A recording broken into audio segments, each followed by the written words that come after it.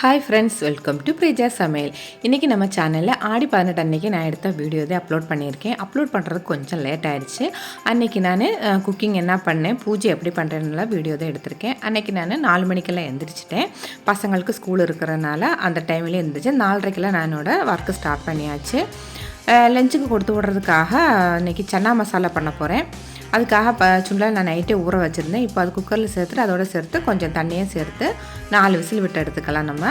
அதுக்கடுத்து பால் காய வச்சு வைக்கிறதுக்காக வச்சுருக்கேன். சாதத்துக்கான தண்ணியும் அடுப்பில் வச்சுருக்கேன். இப்போ குக்கர் மூடி 4 விசில் விட்டு எடுத்துக்கலாம். அடுத்த ஒரு பாத்திரத்தில் கொஞ்சமாக ஆயில் சேர்த்துட்டு இதில் கொஞ்சம் வெங்காயத்தை சேர்த்துக்கலாம். ஃபஸ்ட்டு நம்ம சன்னா மசாலுக்காக மசாலாவை வதக்கிடலாம். தக்காளி வெங்காயம் எல்லாத்தையும் வதக்கிடலாம். நான் இன்றைக்கி 2 வெங்காயம் எடுத்திருக்கேன். ஒரு பெரிய தக்காளி எடுத்திருக்கேன். சின்னதாக இருந்தால் 2 எடுத்துக்கோங்க. 2 பச்சை மிளகாய் எடுத்திருக்கேன். இது 2ஐயும் நல்லா வதக்கி எடுத்துடலாம்.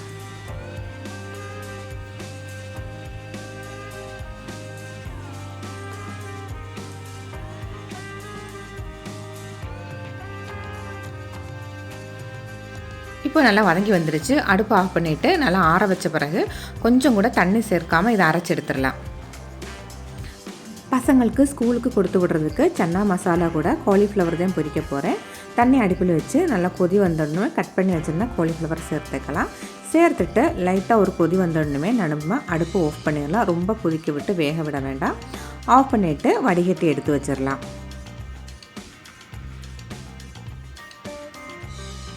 இப்போது சன்னா மசாலா பண்ணுறதுக்காக ஒரு பாத்திரம் அடுப்பில் வச்சுருக்கேன். இதில் கொஞ்சம் ஆயில் சேர்த்துக்கலாம். ஆயில் கொஞ்சம் எக்ஸ்ட்ராவே சேர்த்துருக்கேன் நான். இதில் 1 ஸ்பூன் அளவுக்கு சீரகம் சேர்த்துக்கலாம்.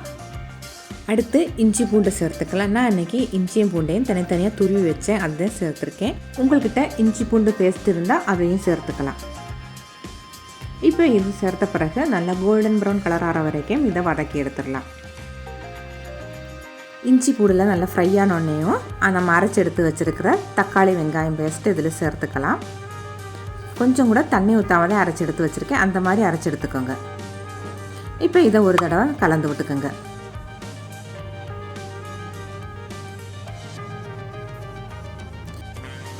நான் இதில் இன்றைக்கி ஆச்சியோட சன்னா மசாலா பொடி தான் சேர்க்குறேன். ஃபஸ்ட் டைம் இதை சேர்த்து வச்சு நான் ரொம்ப டேஸ்டியாக இருந்துச்சு.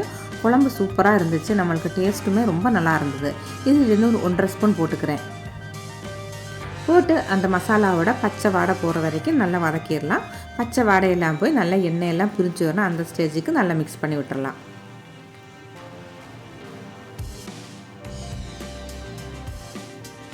இப்போ நல்லா எண்ணெயெல்லாம் பிரிஞ்சு வர ஸ்டேஜ் வந்துருச்சு. இப்போ நம்ம வேக வச்சு எடுத்து வச்சுருக்கிற சுண்டலை சேர்த்துக்கலாம். நான் இன்றைக்கி இதில் வெள்ளை சுண்டல் தான் சேர்த்துருக்கேன். அது ரொம்ப டேஸ்ட்டாக இருக்கும். சுண்டல் வேக வைக்கிற தண்ணியெல்லாம் கீழே ஊற்ற வேணாம். அளவான தண்ணியை வச்சு நம்ம எடுத்துகிட்டு அந்த தண்ணியோடவே இதில் ஊற்றிடலாம். எல்லாத்தையும் நல்லா மிக்ஸ் பண்ணி விட்டு இது நல்லா கொதி வரணும். இதில் லைட்டாக மட்டும் தண்ணியை சேர்த்துக்கோங்க. தண்ணி சேர்த்து நல்லா கொதிக்க விட்டுருங்க. ரொம்ப சேர்க்க வேணாம். இந்த மசாலாலாம் கொதித்து வர்ற அளவுக்கு ஒரு 1/4 டம்ளர் மட்டும் ஊற்றிக்கோங்க. இப்போ எல்லாம் நல்லா கொதித்து வந்துடுச்சு. எண்ணெயெல்லாம் நல்லா பிரிஞ்சு வர ஆரம்பிச்சு. சன்னா மசாலா இங்கே சூப்பராக ரெடி ஆயிடுச்சு. லாஸ்ட்டில் கொஞ்சோண்டு கொத்தமல்லி மட்டும் தூவினேன்னா சூப்பரான சன்னா மசாலா இங்கே ரெடி ஆயிடுச்சு. இது ரொம்ப ரொம்ப டேஸ்டியாக இருக்கும். நீங்களும் ட்ரை பண்ணி பாருங்கள். அடுத்து காலிஃப்ளவர் பொரிக்கிறதுக்காக நான் இதில் 2 ஸ்பூன் அளவுக்கு கார்ன்ஃப்ளவர் மாவு சேர்த்துருக்கேன். 1 ஸ்பூன் அரிசி மாவு சேர்க்குறேன். இந்த மாதிரி சேர்க்கும்போது காலிஃப்ளவர் நல்லா கிறிஸ்பியாக இருக்கும். 1 ஸ்பூன் அளவுக்கு தனி மிளகாய்த்தூள் சேர்த்துருக்கேன். கூடவே 1/4 ஸ்பூன் மஞ்சள்தூள், ஒரு 1/2 ஸ்பூன் அளவுக்கு கறி மசாலா பொடி சேர்த்துக்கலாம். தேவையான அளவுக்கு உப்பு.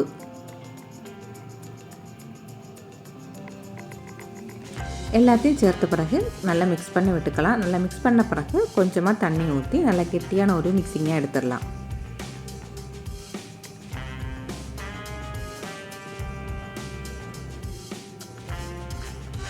இப்போது எல்லாம் நல்லா மிக்ஸ் பண்ணியாச்சு. நம்ம வடிகட்டி எடுத்து வச்சுருக்கிற காலிஃப்ளவர் இதில் சேர்த்து காலிஃப்ளவரில் இந்த மசாலாலாம் நல்லா கோட் ஆகிற வரைக்கும் நல்லா மிக்ஸ் பண்ணி விட்டுக்குங்க. இது இப்போ ஒரு 10 நிமிஷம் இப்படி இருக்கட்டும். அதுக்கப்புறம் ஃப்ரை பண்ணி எடுத்தேன்னா மசாலா எல்லாம் உள்ளே பிடிச்சி டேஸ்ட்டு ரொம்ப சூப்பராக இருக்கும். அடுத்து ஒரு பாத்திரம் அடுப்பில் வச்சுருக்கேன். இதில் பொரிக்கிற அளவுக்கு ஆயில் சேர்த்துக்கலாம். ஆயில் நல்லா ஹீட்டாகி வந்ததும் நம்ம எடுத்து வச்சுருக்கிற காலிஃப்ளவர் இதில் சேர்த்து பொரிச்சு எடுத்து வச்சிடலாம். காலிஃப்ளவர் ஃப்ரை ரொம்ப ஈஸியாக பண்ணிக்கலாம். டேஸ்ட்டு ரொம்ப நல்லாயிருக்கும். காலையில் டிஃபனுக்கு இன்றைக்கி நான் தோசை தான் பண்ண போகிறேன். தோசைக்கு சைடிஷாக இன்றைக்கி மிளகாய் கிள்ளி போட்ட சாம்பார் வச்சுருக்கேன். இப்போ சாம்பார்லாம் நல்லா வெந்துருச்சு. தாளிப்பு மட்டும் போட்டாச்சுன்னா சாம்பார் இங்கே ரெடி ஆகிடும். இது நான் தனியாக வீடியோ போட்டிருக்கேன், டிஸ்கிரிப்ஷன் பாக்ஸில் கொடுக்குறேன். ரொம்ப டேஸ்டியாக இருக்குது, நமக்கு ஈஸியாகவும் இதை வைக்கலாம், போய் செக் பண்ணி பார்த்துக்கோங்க. இப்போ சாம்பாருமே இங்கே ரெடி ஆகிடுச்சு. காலிஃப்ளவரும் நல்லா வெந்துக்கிட்டே இருக்குது. ஒரு பக்கம் நல்லா வெந்ததுமேவும் இன்னொரு பக்கம் நல்லா திருப்பி விட்டுக்கோங்க. ஏற்கனவே நம்ம ஒரு கொதி விட்டு எடுத்தனால காலிஃப்ளவர் அரை அளவுக்கு வெந்திருக்கு. மீதி கூட நல்லா ஃபுல் ஃப்ளேமில் வச்சு நம்ம ஃப்ரை பண்ணி எடுத்துடலாம்.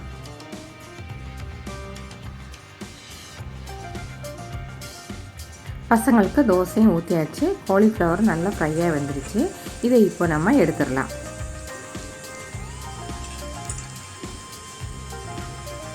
காலிஃப்ளவர் நல்லா கிறிஸ்பியாக இருக்கும், சாப்பிட்றதுக்கு ரொம்ப சூப்பராக இருக்கும். நம்ம அரிசி மாவு அப்புறம் கார்ன்ஃப்ளவர் எல்லாம் சேர்த்தனால டேஸ்ட்டு ரொம்ப நல்லாயிருக்கும். ட்ரை பண்ணி பாருங்கள் நீங்களும். குக்கிங் வேலை முடிஞ்சு பிள்ளைகளை ஸ்கூலுக்கு அனுப்பிச்சி விட்ட பிறகு எல்லாத்தையும் கொஞ்சம் க்ளீன் பண்ண பிறகு நான் விளக்கெல்லாம் விளக்க வேண்டி இருந்துச்சு. இன்றைக்கி நல்லா சாமி கும்பிடணும், அதனால் விளக்கெல்லாம் விளக்குறதுக்காக எடுத்து வச்சுருந்தேன்.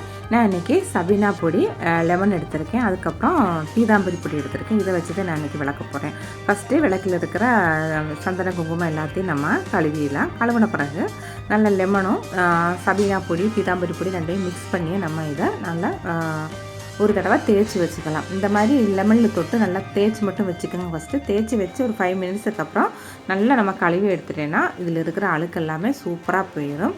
இந்த மாதிரி விளக்கெல்லாம் நம்ம தேய்க்கும் போது ரொம்ப கஷ்டமாக இருக்கும். தேய்ச்சி அந்த எண்ணெய் பிசுக்கு எல்லாம் போய் எடுக்கிறதுக்காக நீங்கள் இந்த மாதிரி ஒரு ட்ரை பண்ணி பாருங்கள், ரொம்ப ஈஸியாக போயிடும். லெமன் இல்லாட்டி அதுக்கு பதிலாக நீங்கள் புளியை கூட யூஸ் பண்ணலாம், அதுவுமே நல்லாயிருக்கும்.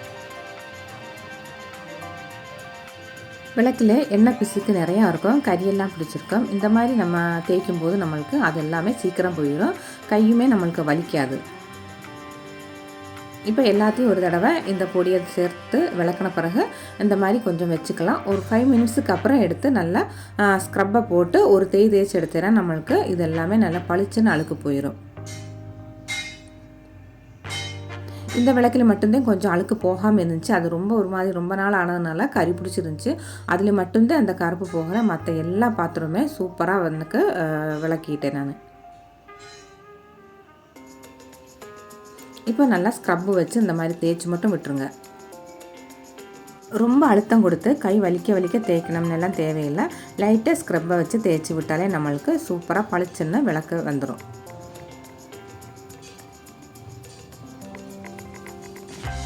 இப்போ வாஷ் பண்ணிவிட்டு உங்களை காட்டுறேன் எப்படி இருக்குன்னு பாருங்கள். விளக்கு சூப்பராக விளக்கியாச்சு. இந்த டெக்னிக்கை நீங்களும் ட்ரை பண்ணி பாருங்கள், ரொம்ப நல்லாயிருக்கும். விளக்கு விளக்குறது எல்லாமே இனிமேல் ரொம்ப ஈஸியாக இருக்கும்.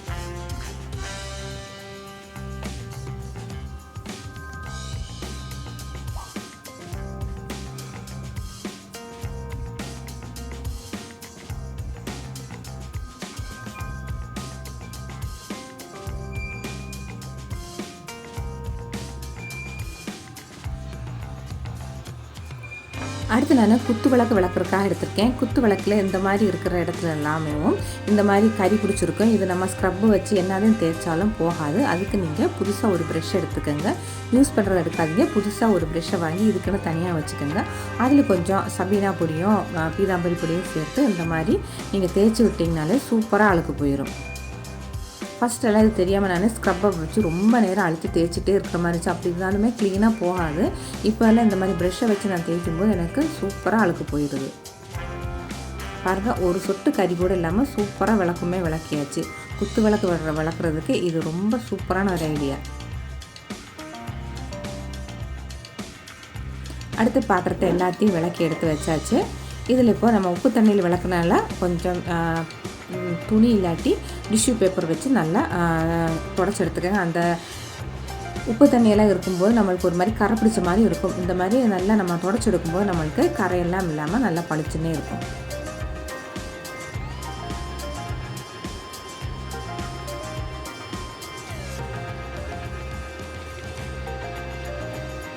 அடுத்து நான் இதுக்கு மஞ்சள் குங்குமம் வைக்க போகிறேன். ஒரு பவுலில் ஃபஸ்ட்டு கொஞ்சம் மஞ்சள் சேர்த்துக்கலாம். அதுக்கு அடுத்து இதில் கொஞ்சமாக சந்தன பவுடர் சேர்க்குறேன். வெறும் மஞ்சள் மட்டும் சேர்க்கும்போது நம்மளுக்கு ஒரு மாதிரி கருப்பாக இருக்கும். சந்தனமாக கலந்து போடும்போது நம்மளுக்கு கலர் ரொம்ப நல்லாயிருக்கும். விளக்கு பார்க்குறதுக்கு பார்க்குறதுக்கே ரொம்ப லக்ஷ்மி கடாட்சமாக நல்லாயிருக்கும். நான் இதை ஃபுல்லாக வச்சுட்டு உங்களுக்கு காட்டுறேன். விளக்கு பார்க்குறதுக்கு எப்படி இருக்குன்னு பாருங்கள். இப்போ இதோட நான் இன்றைக்கி ரோஸ் வாட்டர் சேர்க்குறேன். ரோஸ் வாட்டர் சேர்க்கும்போது நம்மளுக்கு அந்த ஸ்மெல் ரொம்ப நல்லாயிருக்கும். ரோஸ் வாட்டர் இல்லாட்டி பன்னீர் சேர்த்துக்கோங்க.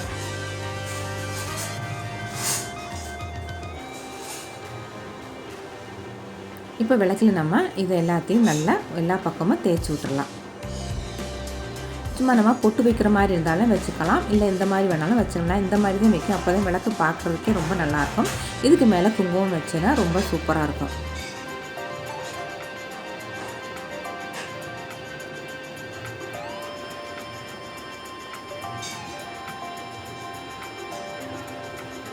எல்லாத்தையுமே இப்போ வச்சு முடித்தாச்சு. குத்து விளக்குக்கு, சாமி சிலைக்கு, பாத்திரத்துக்கு எல்லாமே வச்சாச்சு. இதெல்லாம் வச்ச பிறகு பார்க்கும்போது நம்மளுக்கு ரொம்ப மன நிறைவாக இருக்கும்.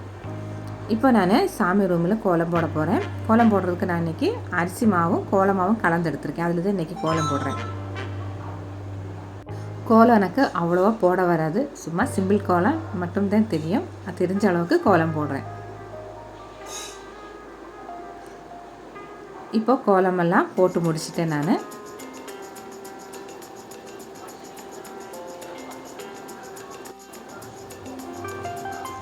அன்னலட்சுமியை வைக்கிறதுக்காக அரிசி வச்சுருந்த பாத்திரத்தில் அரிசியை மாற்றிட்டு புதுசாக அரிசி வச்சுட்டு அன்னலட்சுமியை உட்கார வச்சுக்கலாம். அன்னலட்சுமி கூடயே நான் ஒரு மீனாட்சி அம்மனோட சிலையும் வச்சுருக்கேன், அதையும் சேர்த்து வச்சுருவேன். 2 அன்னலட்சுமியும் இருக்குது, ஒரு மீனாட்சி அம்மனோட சிலையும் இருக்குது.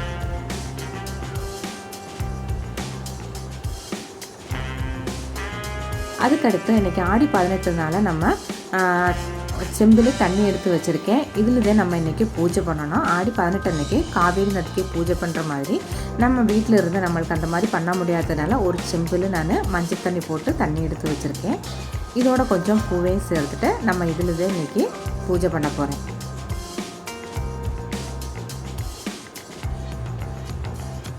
பக்கத்துலேயே நான் மஞ்சள், குங்குமம், தாலி கயிறு எல்லாமே வச்சுருக்கேன்.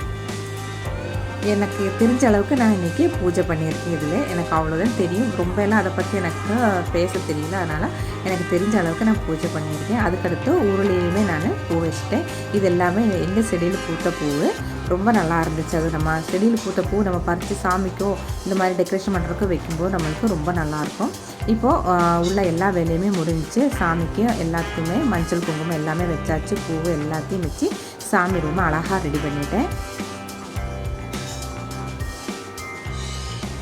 நான் இன்றைக்கி பூஜை பண்ணுறதுக்காக எல்லா பழங்களும் வாங்கி வச்சுருக்கேன். கூடவே வெத்தலை பாக்கம் வச்சுருக்கேன். சாமிக்கு இன்றைக்கி பிரசாதம் பண்ணுறதுக்காக சேமியா பாயசம் பண்ண போகிறேன். பால் அடுப்பில் வச்சுருக்கேன். இதில் இப்போது ரோஸ்டட் சேமியா சேர்த்துக்கலாம். இந்த மாதிரி ரோஸ்டட் சேமியாவே நம்மளுக்கு கடையில் விற்குது. இது ரொம்ப நல்லாயிருக்கும். இது இப்போ நல்லா கொதி வந்தோடனேயும் பாலில் சேர்த்துக்கலாம். சேர்த்த பிறகு நல்லா மிக்ஸ் பண்ணி விட்டுக்கோங்க. சீக்கிரமே இது மாதிரி கெட்டியாகிறதுனால நல்லா மிக்ஸ் பண்ணி விட்டுக்கோங்க. இப்போ இதில் தேவையான அளவுக்கு ஜீனியை சேர்த்துக்கலாம். கொஞ்சம் கண்டென்சடு மில்க்கும் இதில் சேர்க்குறேன். அந்த மாதிரி சேர்க்கும்போது நம்மளுக்கு பாயசம் ரொம்ப டேஸ்டியாகவும் க்ரீமியாகவும் இருக்கும். அதனால தான் நான் கண்டென்சடு மில்க் சேர்த்துருக்கேன். இதெல்லாம் சேர்த்த பிறகு நல்லா மிக்ஸ் பண்ணி விட்டுக்கோங்க. இது இப்படியே நல்லா கொதிச்சுட்டு வெந்துட்டு இருக்கட்டும். அதுக்குள்ளேயும் இன்றைக்கி நான் கொஞ்சம் சுண்டலையும் இன்றைக்கி பிரசாதத்துக்காக தாளிக்க போகிறேன். மார்னிங்கே சன்னா மசாலா பண்ணும்போதே கொஞ்சம் சுண்டல் எடுத்து வச்சுருக்கேன். அதுக்காக தாளித்து விட்டுட்டு எடுத்து வச்சுருக்கேன். சுண்டலையும் சேர்த்து கொஞ்சம் தேங்காய் பூவையும் போட்டு நம்ம தாளித்து எடுத்துக்கலாம்.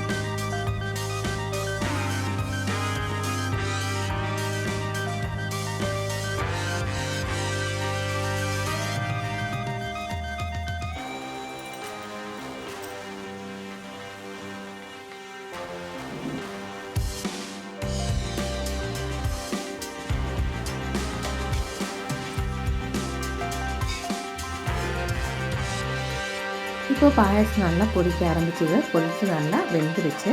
அடுப்பு சிம்மிலே வச்சுருந்தேன். இப்போ சேமியெல்லாம் நல்லா வந்துருச்சு. இப்போ இதில் கொஞ்சமாக ஏலக்காய் பொடி சேர்க்கலாம்.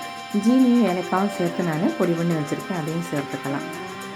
லாஸ்ட்டில் இப்போ இதுக்கு தாளித்து ஊற்றிக்கலாம். கிஸ்மிஸ் முந்திரி போட்டு தாளித்து ஊற்றிட்டிங்கன்னா சேமியா பாயசம் சூப்பராக ஈஸியாக ரெடி ஆயிடுச்சு.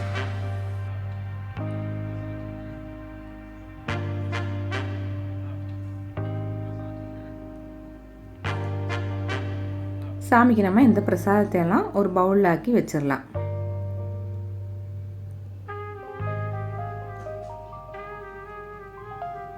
பூ பூஜைக்கு எல்லாமே ரெடி பண்ணி வச்சுட்டேன். இப்போ விளக்கு ஏற்றிடலாம்.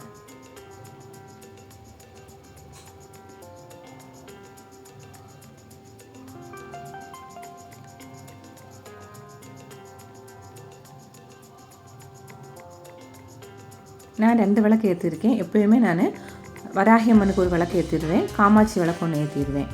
இப்போ சூடத்தை காட்டிடலாம். எனக்கு தெரிஞ்ச அளவுக்கு நான் இன்றைக்கி ஆடி 18 பூஜை நல்லா திருப்தியாக பண்ணிவிட்டேன். மனசுக்கும் ரொம்ப மனநிறைவாக இருந்துச்சு. நம்ம காலையில் எழுந்திரிச்சு சாமி ரூம் எல்லாமே க்ளீன் பண்ணி பூஜா பாத்திரம் எல்லாமே விளக்கி அதுக்கு டெக்கரேஷன் பண்ணி எல்லாம் பண்ணும்போது நம்மளுக்கு சாமியெல்லாம் கும்பிட்டு வரும்போது நம்மளுக்கு மனசுக்கு ரொம்ப நிறைவாக இருந்துச்சு. நல்லபடியாக சாமியை கும்பிட்டோம்னு ஒரு மன நிறைவோடு இன்றைக்கி டே இருந்தது எனக்கு. இந்த வீடியோ எப்படி இருந்துச்சுன்னு மறக்காமல் உங்களோட ஃபீட்பேக் என்னன்னு எனக்கு சொல்லிடுங்க. வீடியோவுக்கு லைக் பண்ண மறக்காதீங்க. ப்ரீஜா சமையல் சேனலை இன்னும் சப்ஸ்கிரைப் பண்ணாமல் நீங்கள் பார்த்துட்ருந்தீங்கன்னா சப்ஸ்கிரைப் பண்ணிவிட்டு பக்கத்தில் இருக்கிற பெல் பட்டனையும் ப்ரெஸ் பண்ணி விடுங்க. அப்போதான் நான் போடுற வீடியோஸ் உங்களுக்கு அப்பப்போ நோட்டிஃபிகேஷன் கிடைக்கும். வீடியோ பற்றின ஃபீட்பேக் என்னன்னு மறக்காமல் எனக்கு கமெண்ட் பாக்ஸில் கமெண்ட் பண்ணுங்கள்.